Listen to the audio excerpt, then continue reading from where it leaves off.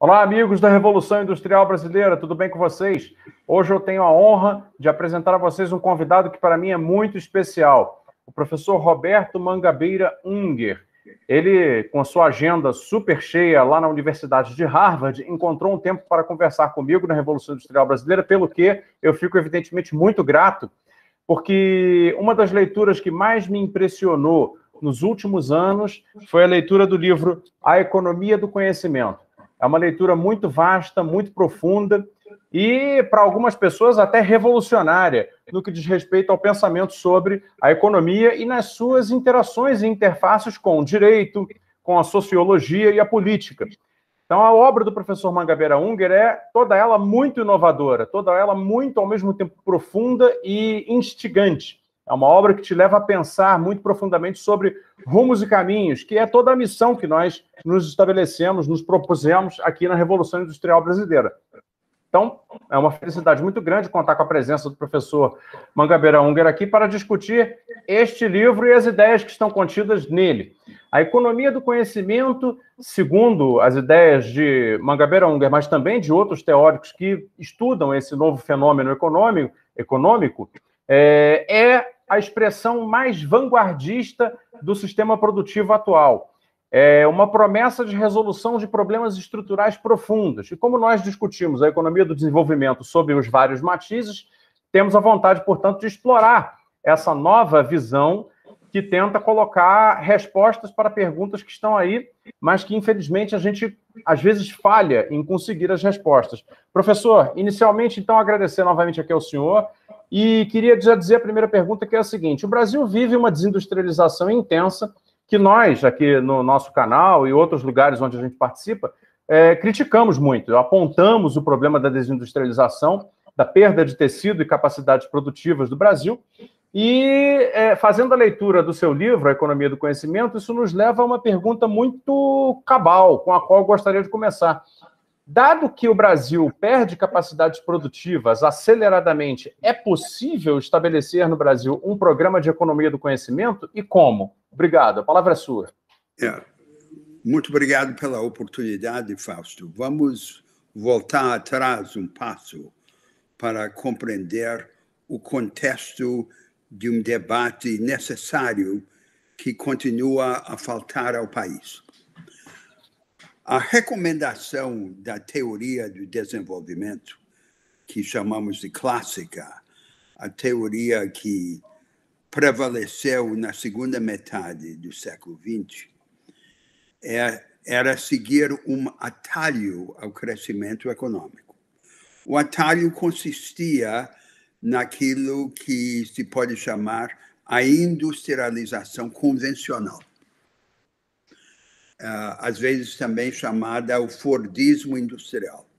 A produção em grande escala de bens e serviços padronizados por maquinária e processos produtivos rígidos, mão de obras semi-qualificada e relações de trabalho muito hierárquicas e muito especializadas. A ideia é que essa indústria convencional representava a vanguarda, e era a vanguarda daquela época. O setor mais produtivo da economia. A recomendação, portanto, era transferir trabalhadores e recursos dos setores menos produtivos para os mais produtivos. Na prática, da agricultura para a indústria.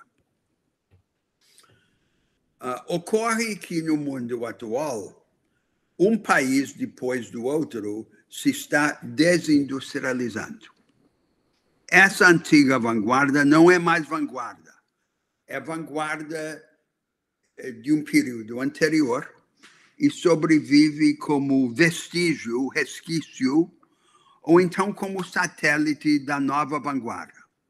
A nova vanguarda é a economia do conhecimento, densa em capital e tecnologia e vocacionada à inovação permanente. Essa nova vanguarda não se deve identificar apenas com a manufatura avançada. ela existe em todos os setores da economia.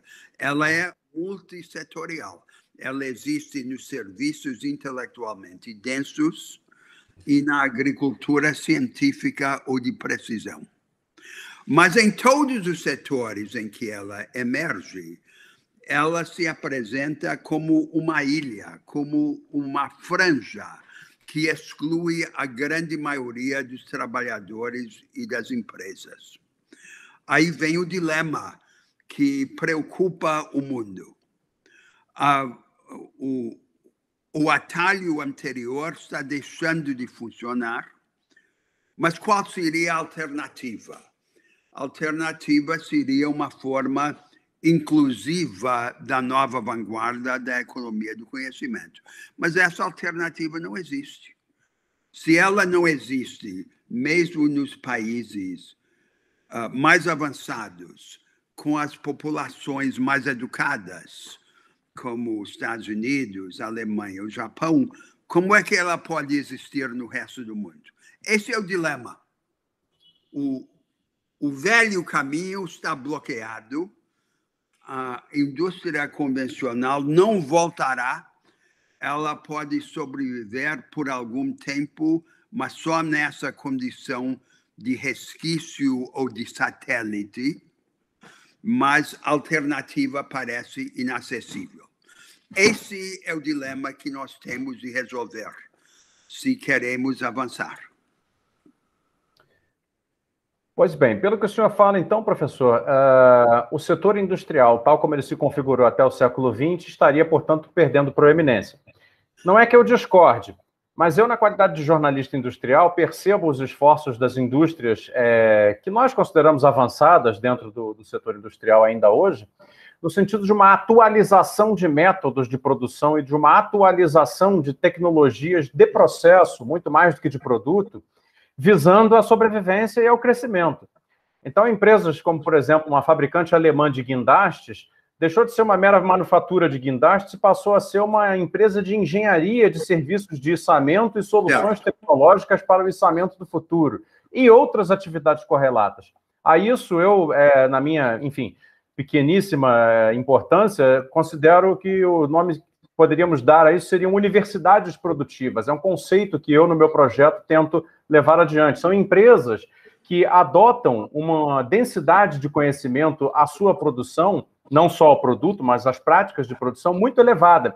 O senhor vê alguma validade nessas universidades produtivas, ainda que elas se mantenham dentro daquilo que convencionalmente se chama setor industrial?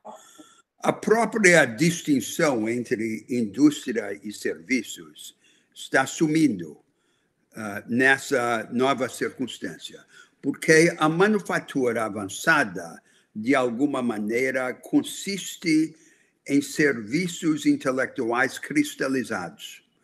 A manifestação física é secundária, e o mesmo se pode dizer da agricultura. O velho pensamento que se chamava de estrutural, na verdade, era um pensamento setorial, confundindo estrutura com setores. Essa distinção entre setores é cada vez menos importante. O que importa agora é enfrentar o nosso problema central. O Brasil é um caldeirão de dinamismo empresarial em todos os setores, mas é um dinamismo desequipado, uma vitalidade inculta. E nós estamos cada vez mais distantes da vanguarda.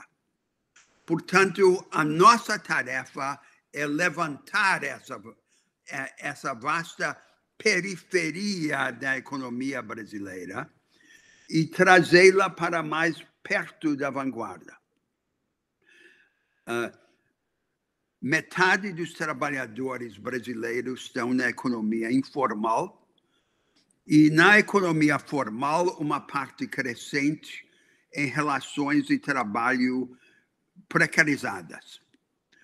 Se nós somarmos os informais e os precarizados, é a maioria da nossa força de trabalho, condenadas não só condenada não só à insegurança econômica, mas ao primitivismo econômico.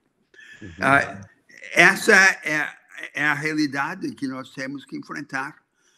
Nós temos que levantar essa penumbra, essa periferia que agora patina na mediocridade. E nós temos no Brasil muitas das ferramentas necessárias. A caixa de ferramentas existe. O SEBRAE, o SENAI, os bancos públicos de desenvolvimento. E ampliando essa constatação, a Embrapa, porque a agricultura também pode fazer parte da economia do conhecimento, e na reorganização das nossas relações federativas, o federalismo cooperativo, os consórcios interfederativos, que começaram na Amazônia, no Nordeste e no Brasil Central, inclusive por minha proposta, e que agora se espalham por todo o Brasil. Nós temos as ferramentas, o que nos falta é o projeto. Nenhum país no mundo tem ferramentas melhores do que as nossas. O único país que se aproxima a nós na posse desses instrumentos é a Alemanha. Mas, mesmo assim, tem menos do que nós temos. Portanto, temos condições ideais para agora construir um projeto que transforme qualitativamente o aparato produtivo no Brasil. Muito bem. Professor, ainda ontem, no domingo, eu publiquei um vídeo que foi até o primeiro de uma série que eu faço aqui nesse canal, chamada Brasil, Razões para Acreditar. Nesse vídeo, eu defendi a possibilidade de que agenciamentos produtivos coletivos, através do diagnóstico e ativação daquilo que eu chamei de inteligências coletivas, fosse um caminho para organizar empreendimentos coletivos de base comunitária por todo o território brasileiro, assumindo diferentes formas práticas, diferentes expressões concretas. Eu queria saber se isso é uma possibilidade de encaminhamento, que seja minimamente, de uma futura vanguarda de economia do conhecimento no Brasil, e como o senhor poderia contribuir para aprofundar essa ideia? Eu acho que, mais uma vez, é necessário começar pelas premissas, entender o que é a economia do conhecimento. A economia do conhecimento não é primordialmente um conjunto de tecnologias, é um conjunto de práticas. Essas práticas, no plano da organização produtiva, reconciliam a produção em grande escala com a despadronização dos produtos e serviços, aquilo que chamamos a customização.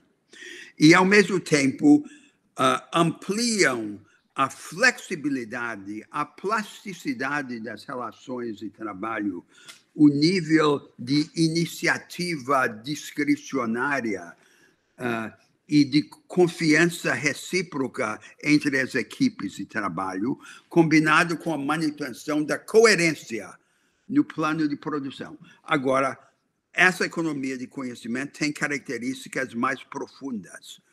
Ela aproxima a produção do experimentalismo científico.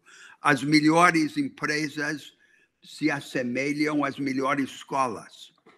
Ela impõe uma revolução na cultura moral da produção, porque exige a combinação de concorrência com cooperação. E ela tem o potencial revolucionário de afrouxar ou reverter o que tem sido até agora o constrangimento mais universal e persistente na vida econômica, que é o declínio aos retornos marginais. Quando se faz o investimento num insumo, no processo produtivo, a tendência é que o retorno aumente, nivele e depois caia. À medida que a inovação vira permanente e interna, endógena ao processo produtivo, nós temos, pelo menos, a possibilidade de escapar dessa limitação dos declínios marginais decrescentes. Agora, para aproveitar isso, nós precisamos criar as condições que soerguem o resto da economia. E esse soerguimento passa por dois projetos convergentes. Um projeto é educativo, é mudar a natureza do ensino no país, substituir o enciclopedismo raso e dogmático e o reino de decoreba que prevalece tradicionalmente no nosso ensino, por um ensino analítico e capacitador, tanto na educação técnica como na educação geral. E começar a construir a arquitetura institucional necessária para esse soerguimento.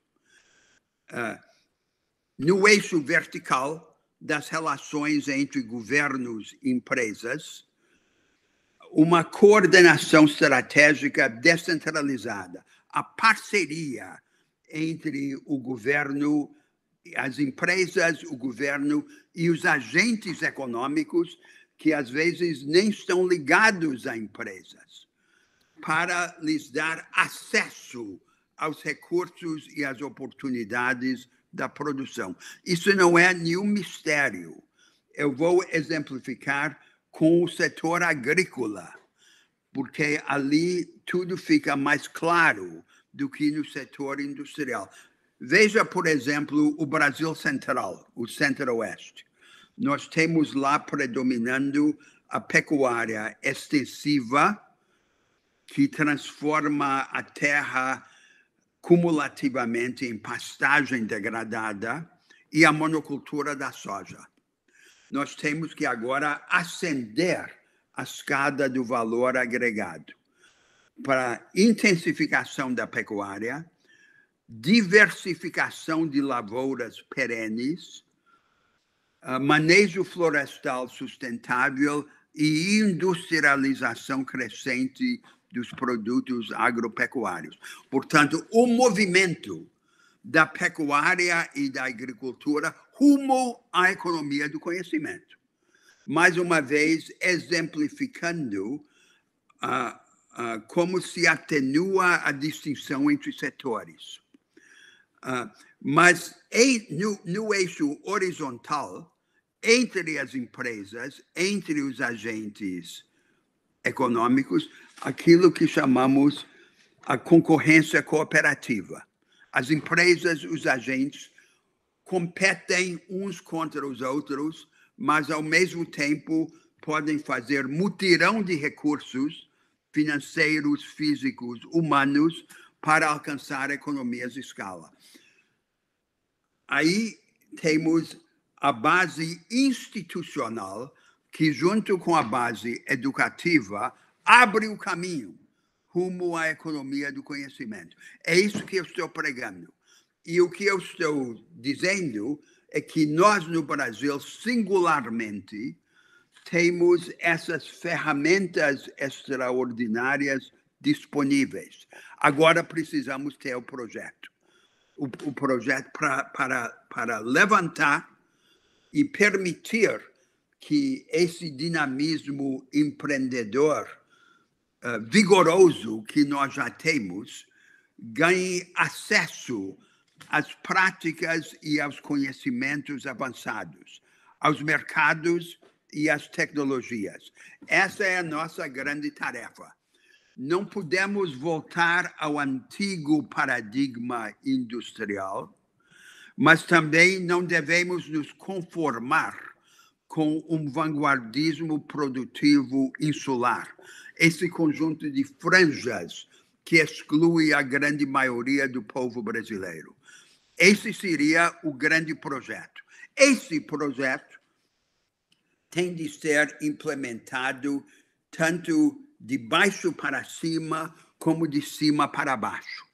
De baixo para cima, começando a penetrar essa grande periferia econômica atrasada e lhes dar os instrumentos do seu erguimento.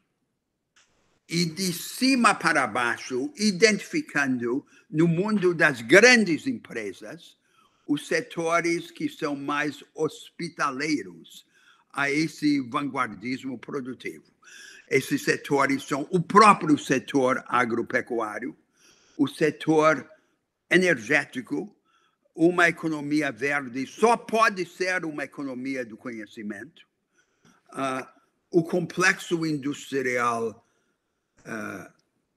da saúde e o complexo industrial da defesa, porque em todo o mundo a indústria de defesa é o manancial de vanguardismo produtivo e tecnológico. Esse é um grande projeto. Agora, não é o projeto que a nossa elite endinheirada abraçou. Ela recomenda ao país a combinação do fiscalismo e do pobrismo. Imagina que, acertando as contas e dando um pouquinho aos pobres, nós vamos criar condições para atrair o investimento, sobretudo estrangeiro, e aí surfar na onda. Nenhum país na história mundial se levantou assim, ficando de joelhos e imaginando que a confiança financeira nos trará o desenvolvimento.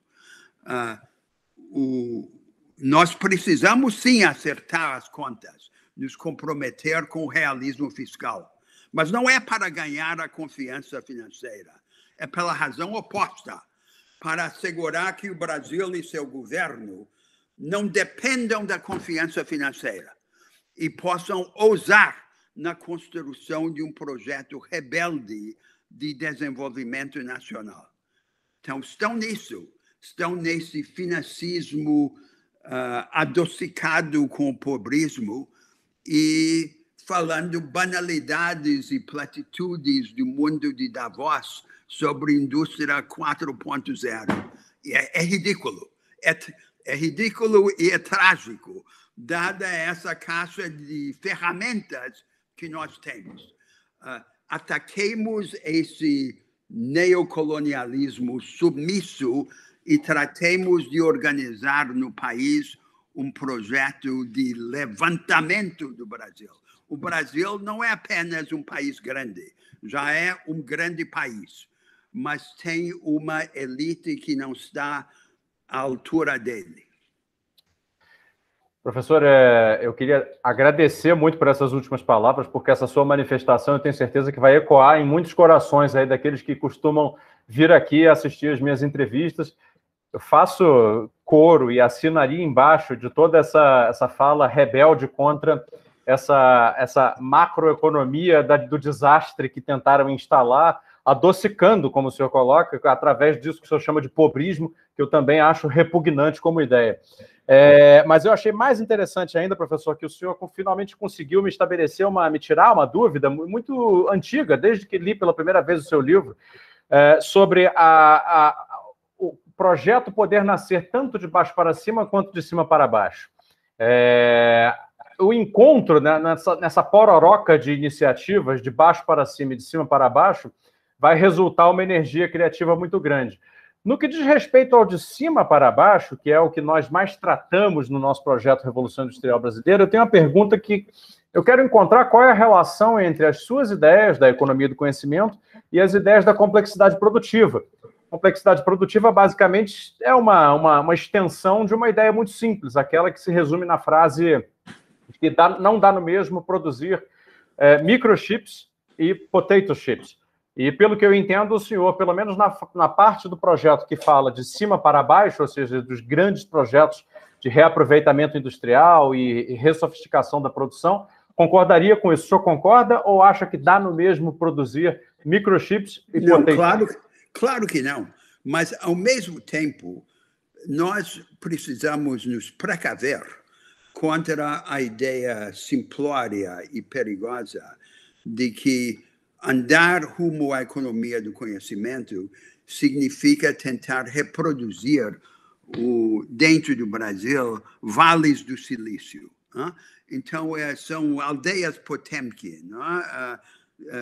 Vamos ter um parque industrial junto das universidades para ter algo que, em escala miniatura, reproduza o que imaginamos ser a alta tecnologia dos países mais avançados. Não é isto. A concepção da economia do conhecimento é muito mais ampla, não está ligada a esse setor específico. Ela exige uma transformação de cultura e de práticas em todos os setores da economia. Agora, para que seja uma tarefa viável, ela tem que ser decomposta em passos e partes. E nós temos... Por isso que eu dei o exemplo da agricultura e da pecuária no Brasil Central. Para que não imaginemos que esse avanço se reduza a algum museu do futuro, alguma futurologia reluzente. Ela é um levantamento passo por passo, em que o primitivo se equipa. É isso que nós temos que fazer. Eu volto à minha tese central. Nós temos o recurso mais importante. O recurso mais importante é a vitalidade brasileira. Uma das expressões dessa vitalidade é o dinamismo da nossa cultura empreendedora, que se manifesta em todas as classes. E, sobretudo hoje no Brasil, nessa nova classe média, de emergentes,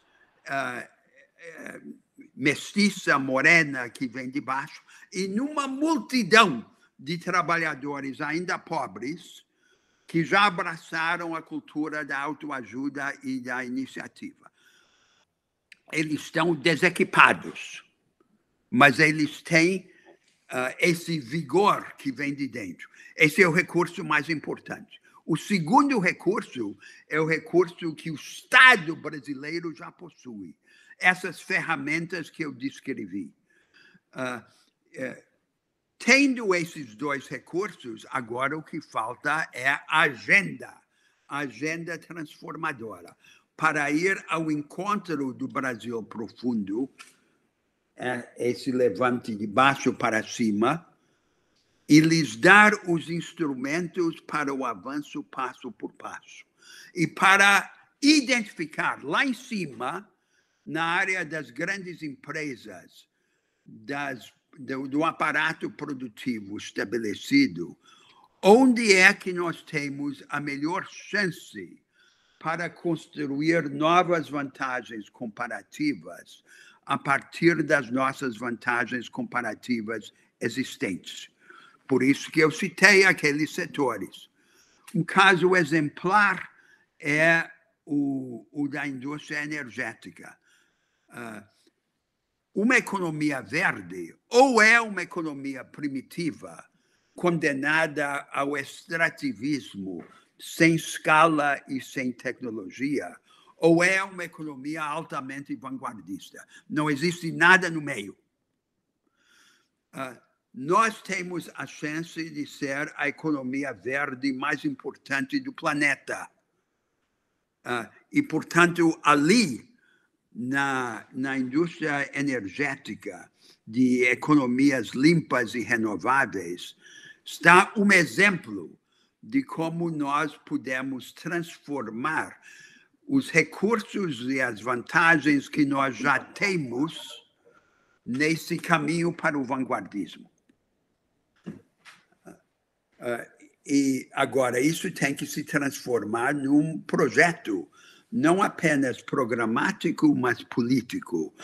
Nós não podemos permitir que esse debate se resuma a um contraste entre esquerda e direita. Grande parte do país não compreende ou não aceita esse vocabulário. Nós temos que ir ao encontro dos emergentes, dos produtores, e construir um projeto que afirme a primazia dos interesses do trabalho e da produção sobre os interesses do rentismo financeiro. E assegure que a atividade financeira sirva à agenda produtiva do país, em vez de servir apenas a ela mesma. Esse é um grande projeto, Fausto. Nós no Brasil, não vivemos a construção de um projeto nacional desde a substituição de importações à industrialização convencional que construiu aquela vanguarda hoje antiga. Construiu também com inovações institucionais. As inovações institucionais do corporativismo vanguardista não servem mais ao país. Mas elas não podem ser substituídas apenas pela agenda do financismo neocolonial. Nós precisamos ter uma agenda estratégica. Essa agenda estratégica é o objeto dessa nossa conversa agora. Significa, não podemos voltar à antiga vanguarda, não podemos esperar que a submissão aos interesses financeiros nos tragam ao paraíso do dinheiro fácil. Não podemos nos refugiar nas nossas vantagens naturais de agricultura, pecuária e a mineração para pagar as contas do consumo urbano. Temos que abrir o caminho à nova vanguarda. E esse caminho é um caminho que passa pela educação dos brasileiros no novo paradigma de ensino e pela construção de uma nova arquitetura institucional que eu esbocei no momento anterior da nossa conversa. Essa é a grande agenda. Não podemos abandonar os pobres, mas nós não podemos satisfazer com um pobrismo de fachada, que resolve problemas imediatos sem permitir que os trabalhadores do Brasil se aproximem da vanguarda. Hoje existe uma nova vanguarda social no país, que são os emergentes. A massa pobre está com os olhos vidrados nessa vanguarda e quer seguir-lhes o caminho. Quer mais do que meramente remendos, esmolas, ajudas.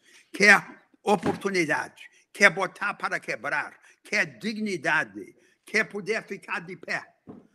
É isso que quer o país. E para isso é que nós precisamos avançar corajosamente nesse projeto. Muitíssimo bem. Professor Roberto Mangabeira Unger, eu primeiramente lhe agradeço mais uma vez por estar aqui comigo, compartilhando seu conhecimento, suas visões únicas, específicas, vanguardistas para o Brasil com o meu público. E, além disso, quero deixar aqui a porta aberta para o senhor voltar sempre que achar um tempo e quiser compartilhar mais análises sobre a economia do conhecimento com a gente aqui. E deixar aberto para uma palavra final, se o senhor quiser falar alguma coisa para o nosso público, para se despedir, fica à vontade. Eu tenho convicção, Fausto, tenho convicção na nossa missão, na nossa grandeza. Nós vamos construir um mundo que permita aos brasileiros imaginar a grandeza compartilhada. Nós nos vamos tornar maiores juntos, É isso que vai acontecer ao Brasil. Mas agora nós temos que a luta das ideias, a luta da política para abrir esse caminho. O povo brasileiro está já à busca dessa alternativa. Tratemos de dar resposta a essa exigência nacional, que antes de ser uma exigência de justiça, é uma exigência de grandeza. A grandeza precisa de uma aliada. A aliada da grandeza é a imaginação.